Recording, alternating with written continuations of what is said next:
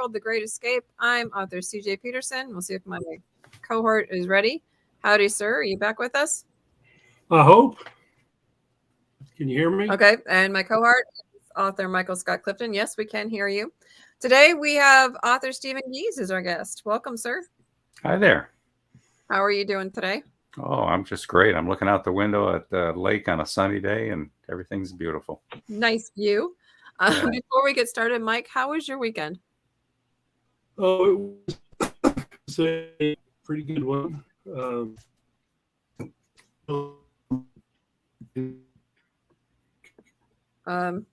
Mike, your internet is still glitchy. Can you hear me? Barely. Could you try again?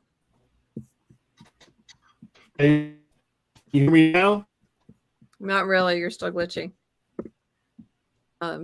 So we'll keep going.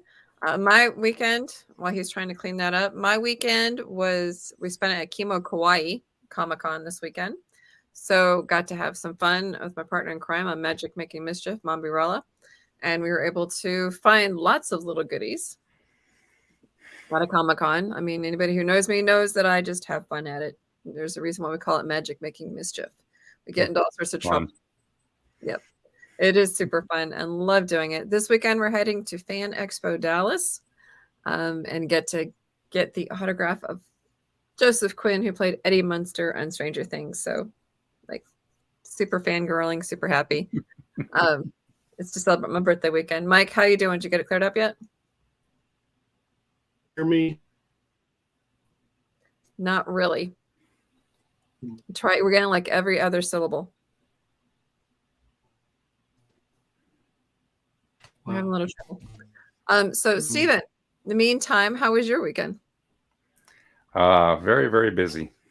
It's just been crazy. We've got a whole bunch of new book projects that have just come in, and we've published 3 or 4 in the past week or two. So just busy trying to get caught up on stuff.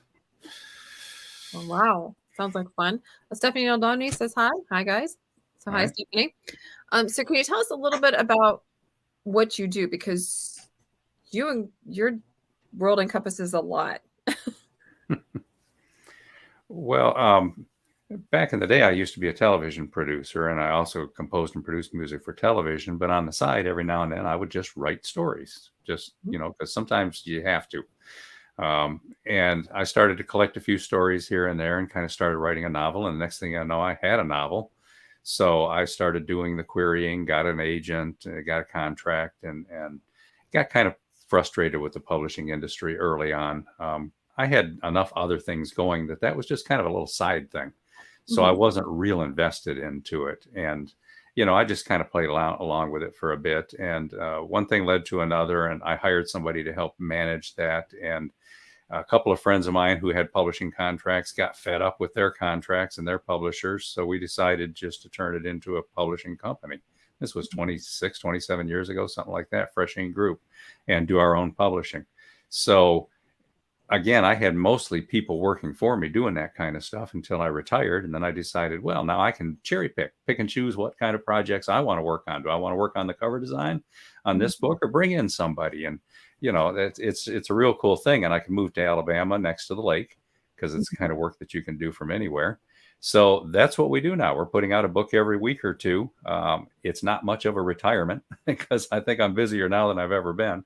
But every week or two, we put out a book, and, we do everything from the cover design and editing and all that basic stuff that goes into books. But we also make the animated book trailers and marketing materials and do other stuff to go with them, too. And that's a lot of fun as well. So that's how I wind up with a bunch of hats, because there's just a handful of us. I think 6 people total involved with Fresh Ink Group. And we kind of share work, pick and choose, and just have fun. Awesome. Beam Weeks popped in. So greetings to CJ, Michael, and Stephen. Hi, Beam. Hi, Beam. He will be our guest next week. So yeah. Looking forward to that. He's more interesting than I am. So hang in. No, actually, you're very fascinating. We were talking about the fact that you had gotten into a car accident. How long ago? 26, 27 years ago, something like that. The car accident? Oh, the car accident. That was a year and a half ago. Yeah, right at a year and a half ago. And you had hurt your hands in it. And I'm like, for a creative, that's like a nightmare. Oh yeah. I was a piano player all my life, and you use your hands for graphic design, use your hands to type, to edit, for pretty much everything. And I wound up with 11 fractures between my two hands. So I had to have surgery, rehab, all that kind of stuff. And I'm not going to get them all back. Like, I can't bend this thumb. It's like, hey, I can bend this thumb. This one, no. This finger's crooked. They're never going to be right again. But I keep rehabbing and working, and I'm playing music again, and sometimes just having to adjust, not use this hand quite as much, or and just play till it hurts. Take a break. Mike, are you back with us? Can you hear me? Yes, we can. All right. Hi, Mike. Okay. Yeah. We had a little bit of Stephen, sorry about the technology glitch. It happens. Lots of happens with live, so it's here and there. I think we're having something going on around here from a wireless standpoint, because even my phone has just a couple bars, and that's usually not the case. So well, I know that's normally your go-to. That's why I was it's making my phone a mobile house. Never had this problem until last week or something like that. So I'm not sure what's going on.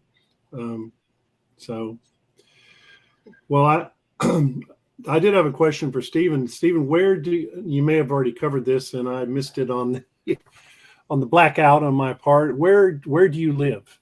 Where are you living? I live in Guntersville, Alabama, which is the northeast part of Alabama. The big city for here, 40 minutes away, is Huntsville, which is the aerospace industry, basically, and is now the biggest city in Alabama. It passed Birmingham just a few months ago to become the biggest city. But if you head out east from Huntsville, kind of southeast, you run into a 212 square mile lake, Guntersville Lake. It's one of the biggest lakes in the country. Of course, I'm from Michigan, so we know what big lakes are up there. But, down here, it's Guntersville Lake and Okeechobee are the two big lakes in the south. And so I'm living right here, right on the edge of the lake, got a boathouse and a boat, and go out fishing and sit on the deck and think about how much I should be working on stuff instead of sitting on the deck. But, So you don't miss the cold winters, huh? I don't miss those at all. No. In fact, I plan my trips back to Michigan around, spring, summer, and fall. And then just watch the news and watch the snow and think, man, that used to be me. Wow. So we have you down for slipstream genre. What is slipstream genre? Well, slipstream is kind of a hard thing to define. It kind of came out of science fiction. I use it, and many people use it, basically in terms of a story that's real, but has something in it that's not. So it's not like you live in a supernatural world. You live in a regular world, but there's something that happens in that world that might be supernatural that you can't explain. And I use it as a device. I'm not a type who believes in supernatural stuff. I don't believe in basically anything. But I like to use it as a story device, just to have something that changes the equation a little bit and makes people deal with that. Like my novel, Dance of the Lights. It's the dancing lights. And you've got to read the entire novel to figure out what those dancing lights are and why they're there and what they mean. And, do they exist in the real world? No. But they're a great little story device in order to help tell what's happening with the people in the real world. So that's kind of what Slipstream is. It's like a real story, a real world kind of story, but it's got that little bit of element in there of, oh, how do you explain that? Or where did that come from? So and that makes it fun. So it's basically a story with a little bit slipped into it. Yeah. Very cool. Sounds a little bit about the type of fantasy that's contemporary setting, and you have contemporary characters, but you have some sort of unusual science fiction or fantasy twist to it. Is that kind of a good description? Yeah, and I think the reason I kind of focus on the slipstream aspect of it is because I write in almost all the genres. Like my short story collection, you've got Southern Gothic and science fiction and fantasy and coming of age and just, every story is a different genre. and they're written in different voices and different styles, because that's my thing. When I don't like to do something the same way twice, I always like to try something different.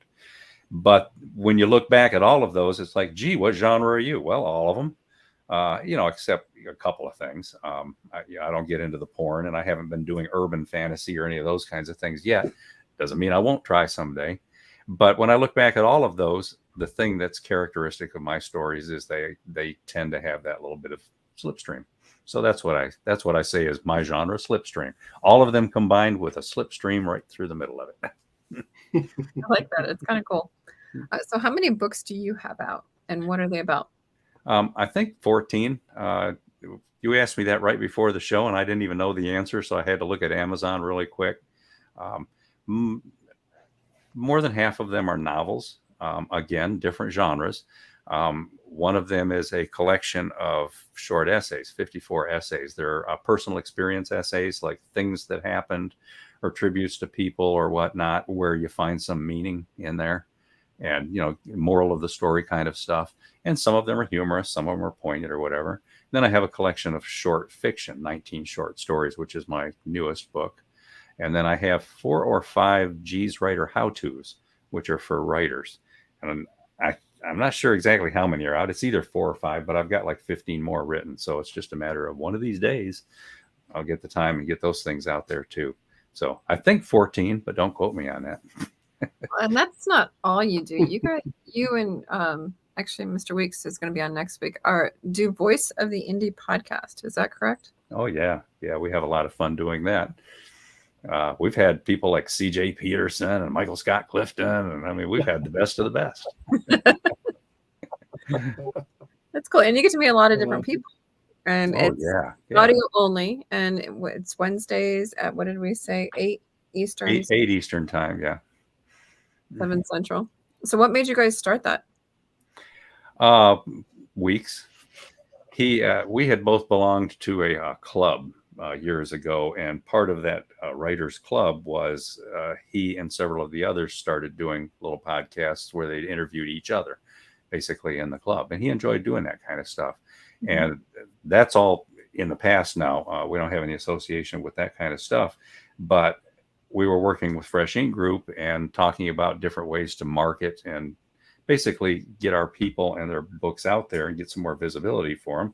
And he said, well, we need to get back into podcasting again.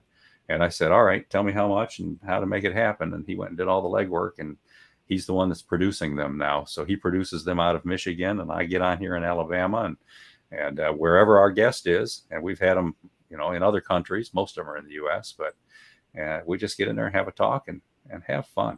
It's really cool because sometimes it's a chance to illuminate somebody we know really well. And it feels good to give them that chance. Other times, we don't even know these people. It's somebody's publicist reached out to us.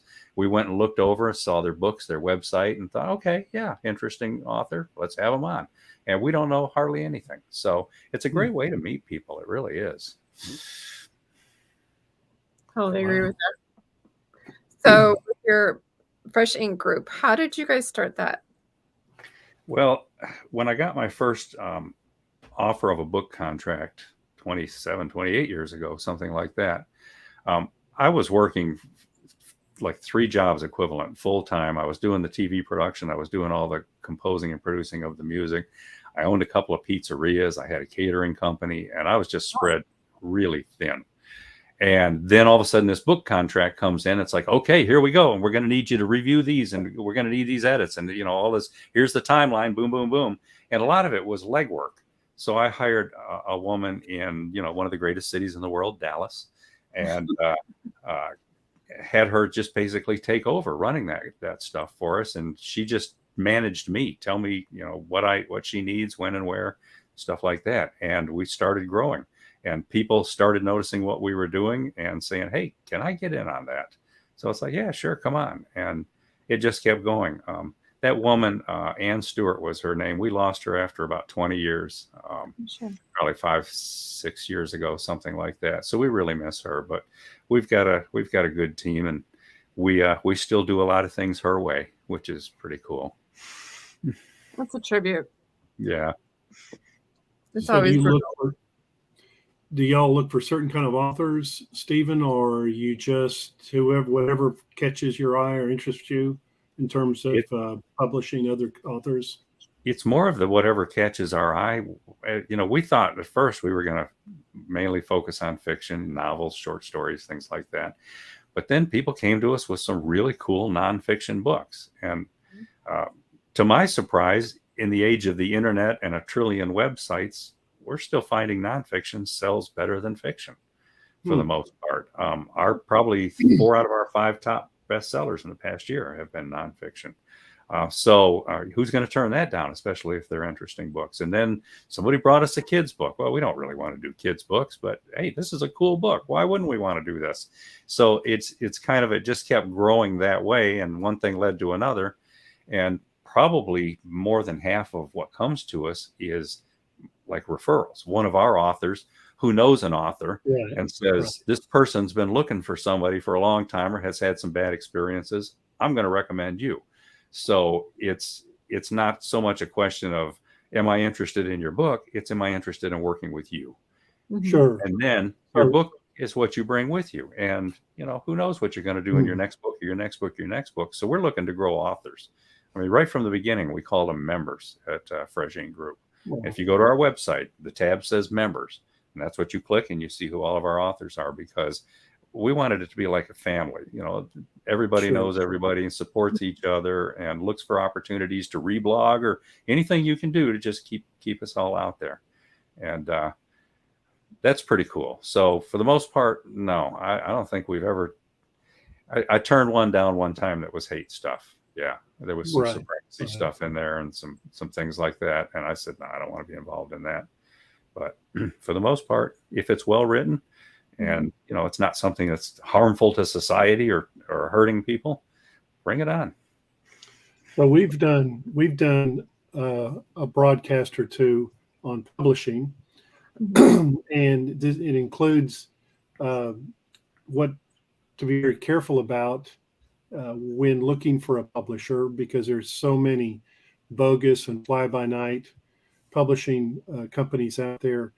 So, in fact, I did a presentation to an author group in Tyler about, that was kind of based on what we are broadcast about that. So, can you tell anyone who's watching today's show, what would you tell them, just top 1 or 2 or 3 things to look for that either indicates that this is a reputable publisher or this is one of those fly-by-night operations and you should run away as fast as you can? I go look at them all the time because there are competitors, and quite often authors are coming to us and telling us, I used to be with this company. So I go check them out. So I am used to seeing a lot of them. A couple of things stand out to me. One is I get turned off if they're very oblique about what is their process, what are their costs, what's involved in this. If everything is a sales pitch and nothing is practical information, that's a big turnoff to me, because they're just trying to make money. And the ones that I wind up respecting are the ones that tell you up front, here's how we work, here's what we're about, here's what our priorities are, here's what we do, and here's what we can't do or don't do. And I like those. Talk to me, tell me what the deal is here, and let's see if we can work together. I get real turned off by those others. Another one is I would talk to other people who have published with them. I think that's probably the biggest way to find out, because people either have good experiences or bad experiences. And if they're bad experiences, they've got some real stories to tell. But a lot of times they're the ones that can tell you, well, I thought it was going to cost this much up front, but then I found out, well, I have to pay for this, and then I have to pay for that. And then, so sometimes it's a money kind of a thing. Sometimes it's a control issue. You need to look at the contract and see who gets to make what decisions. And like at Fresh Ink Group, everything is the author's choice. That was the whole point. We did it for us because we were authors and we were unhappy with our publishers. And we thought, well, what kind of a publisher would we like to work with? So we became that publisher. And I'm not saying we're perfect by any stretch, because it's always an effort to try to get better and better at doing this stuff. But we're very author centric, and when you're going to looking at other publishers, you either feel that author centrism or you don't. And if you don't, that's a red flag for me too. You see TV commercials for some of these bigger companies, and hey, call, we'll send you the whole booklet on how to do all this stuff, and they spend some money in their recruitment and their customer acquisition costs and stuff, but it's all about the sale. And the more I get sales pitched, the less interested I am in working with somebody. I think those are probably the things that stand out to me most. Another one is you would look at what kind of marketing they're doing. What kind of image do they have? How's their website look? You go to their website, links are broken, that kind of stuff. That's a turn off. Oh, and I'll throw one last one in there. When you're looking for a publisher and everything that they're trying to show you has typos, misspellings, bad editing, and stuff like that in it, run. I'm going to add one more thing to that list. If they say they can guarantee a certain amount of sales. Oh, yes. Yeah. That's a definite no-no. I almost feel bad being the guy who tells them up front, hey, let's be real here. A lot of people aren't going to sell many books. Sometimes it's not about numbers. It's about quality, pride, accomplishment. Yeah, we're kind of along the same lines at Texas Sisters Press. We literally, our page says what we do, what we don't do. Our price list is on there and our contract is on there. So I get exactly what you're saying 100%. Mm-hmm. It's like, are they transparent? Are they promoting their authors? Like you were saying, yours are members, ours are the TSP family. It's like, how do they operate? What is it? What do their authors get? Bean popped in here with Ann Stewart was the backbone of Fresh Ink Group. She is missed every day. She was. He said, is royalty sharing and ownership of one's own work is important, and that is critical as authors. Yeah, the details in the contract obviously are one of the biggest things you have to look at. Who owns what? Who controls what? When can you get your stuff back if you have to give it up for a while? At Fresh Ink Group, we don't take ownership of anything. It's set up so that they continue to own it. It's like work for hire. Even though we're investing a lot of money in it too, hoping to make back some royalties. But that kind of stuff, those details are in the contract. You got to read those contracts carefully. Sometimes that one sentence just leaps out and says, "Oh, sorry, not here." Mm-hmm. Definitely. So you have the 14 books, and you said that none of them are written the same. How do you do that? Well, for one thing, I think it helps that I do so many other things. I'm not constantly just working on a book or a project. I might go 6 months and not be working on any writing other than, posts for Story Empire and, things like that, blogs and whatnot. It just comes down to when I'm feeling itchy and like I have a story to tell. And usually it's not so much a story to tell as a point I want to make. Mm-hmm. And different ways that a story can make that point for me. When I'm feeling itchy and want to do that, then I just feel like, okay, have fun. What are the different ways I could do this? Could I do it first person, third person? Is there a cool thing I've never done that would work? And sometimes I'll even write the opening scenes 3 or 4 different ways and experiment until I find the one that I like. But I'm a hardcore outliner too. So a lot of that decision is made during the outlining process, because when I get my plot and things organized, a lot of times I can see, hey, this isn't going to work in the past tense because I need my character to be self-righteous and think that he's right, even though he's going to find out he's wrong. Mm-hmm. I can't let him have hindsight. So this one's got to be present tense. And sometimes you don't see that until you're pretty far along in the process. But otherwise, I just like to play. I like to play with the different voices. I'll read a Barbara Kingsolver and think, oh, I could do a Southern voice, and just have fun. Very cool. Yeah, usually there's planners and there's pantsers. You sound like a pretty good hybrid of the two. You kind of got a little bit of planner and a little bit of pantser in you. Yeah, I'd lean toward planner. We're both pantsers, and usually pantsers give planners hives and planners give pantsers hives. So that's a thing in the author world, but we still all love each other. Yeah. Well, I compose music. You can't really start to structure a piece of music, especially if you have guidelines. It has to be 60 seconds, or it has to match this animation, or it has to break in these certain places or whatever. until you play and come up with the ideas. So, it's the pantser music approach until it's time to get organized, and then you have to become the planner. And I think writing is like that. I like to just play like a pantser would, but when I've got a pretty good idea what I want to do, then I like to organize the bejesus out of it. I really do. I like when I'm organizing chapter 25 and I want this, and this to happen. I want to go back to chapter 18 in the outline and plant that seed, and go back to chapter 9 and make sure the character says this one sentence that's going to foreshadow or whatever. And outlines is the only way I can do that. It's just too much rewriting for me to go back and keep changing and modifying and enhancing scenes that I should have decided up front what I wanted. Yeah, I just literally sit down, pray, and type and keep a list of the characters, and off we go. I never know how anything's going to end. So. Yeah, I'm jealous of that.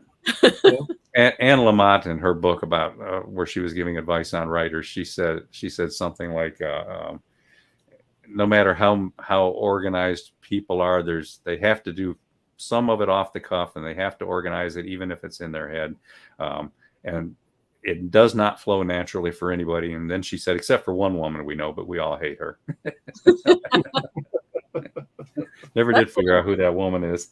I don't know who that woman is, but I know that that's literally what I do. Like there's 3 series and 2 standalones where the characters cross over storylines. Never planned that. It just happened. Wow. And yeah, when I say I literally sit down, pray and type, that's literally what I do. Like the one that's coming out in the end of August, I still don't know how it's going to end. I'm jealous of that. I just do that. I just, boom, there it is. So, but each author is different, and that's the beauty of the author world and the author community. As creatives, we all kind of band together, and we all, for the most part, probably about 90%. There may be those few on the in between, but for the most part, we like to encourage each other and help each other and share the work, because we all know that there's a lot of blood, sweat, and tears in every single one of our work, whatever it is. Whether it's music, whether it's writing, whether it's painting, whether it's drawing, whether it's graphics, whatever it is, there's a lot of work into it. And as creatives, that's one of the things I do love about our world. Yeah, definitely. Well, thank you so much for coming on. We have a few minutes left. Sure. Is there one gold nugget you want to leave somebody who's listening who may have like questions, like, for example, one for a podcast, one for author, one for publisher, one for producer? I didn't understand that. Do you have like one piece of advice that you would give somebody who's interested in any one of those subjects?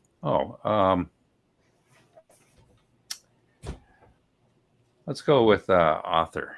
I think right now the thing about trying to break in and be a new author is the competition over quality of the writing is going to continue to rise, because there's more and more of these programs are helping people fix grammar and spelling and things like that.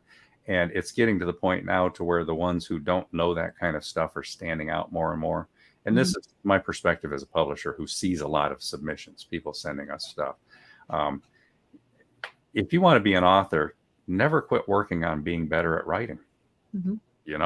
I mean, there's a whole industry you have to learn. You have to and get out there and read the stuff, learn your point of view, learn your show, don't tell, and those kinds of things. But always keep working at being a better writer.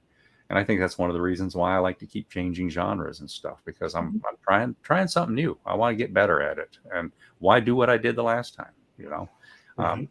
That'd be my advice to authors. Keep working on your craft. Don't get caught up in the marketing and the being a writer. Just be the writer.